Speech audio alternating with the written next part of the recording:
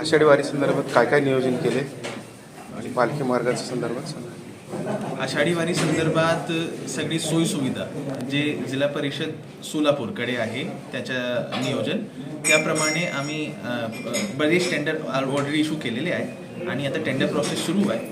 त्याच्यामध्ये बरेच सोयीसुविधा आहे, जसा पाणी पुरवठा आहे, आपले स्वच्छतागृह आहे, स्नानगृह आहे, आपले हँगर्स आहे, वॉटरप्रूफ मंडप आहे आणि आपले बरेच फूट मसाजर आहे. अजून इतर औषधीबद्दल पण खूप टेंडर्स केलेले आहे. ते सगळी सोयीसुविधा ऑलरेडी आम्ही नियोजन करत आहोत. पालखी मार्गाचं नियोजन पालखी मार्गमध्ये जे आपले विसावेचे, मुक्कामाचे, रिंगणचे जे गाव आहे त्यांना किती अनुदान वाटप करायचे आहे त्यांची मागणीनुसार आणि तिथे जाऊन स्थल पाहणी करून जे काही त्यांची गरज आहे त्याप्रमाणे पण आम्ही नियोजन केलं. वारीचा पहिलाच तुमचा अनुभव आहे, त्या अनुषंगाने काय शेअरिंग करा? माझा पहिला अनुभव तर मला असं वाटत आहे अनुभवनी संधी आहे जी देवानी मला दिलेली आहे. कारण वारी आपले महाराष्ट्राची एवढी पावन जे एक अशी यात्रा आहे आणि मला जे सोयीसुविधा करण्याची संधी मिळाली आहे त्याबद्दल मी देवाच्या खूप खूप आभारी आहे. पाण्याची सुविधा महत्त्वाची. पाण्याची सुविधामध्ये आम्ही जे आमचे फीडिंग पॉईंट आहे ते आम्ही आयडेंटिफाय केलेलं आहे. त्यांची आता 2 वेळी ऑलरेडी टेस्टिंग पण झालेली आहे आणि अजून प्रत्येक आठवडा किंवा 2 आठवड्यामध्ये एकदा आम्ही त्याची टेस्टिंग पण करणार आहोत. आणि जिथे जे आपले टँकर्स आहेत तिथे टँकर्समध्ये जे पाणी येणार आहे ते तोच फीडिंग पॉईंटतून येणार आहे त्याची टेस्टिंग.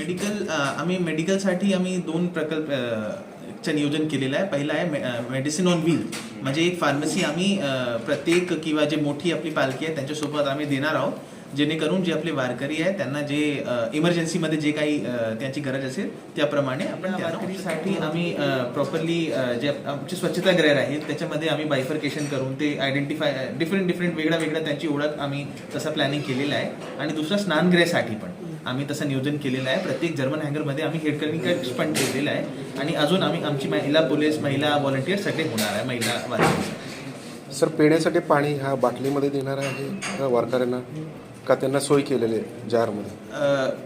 आमचे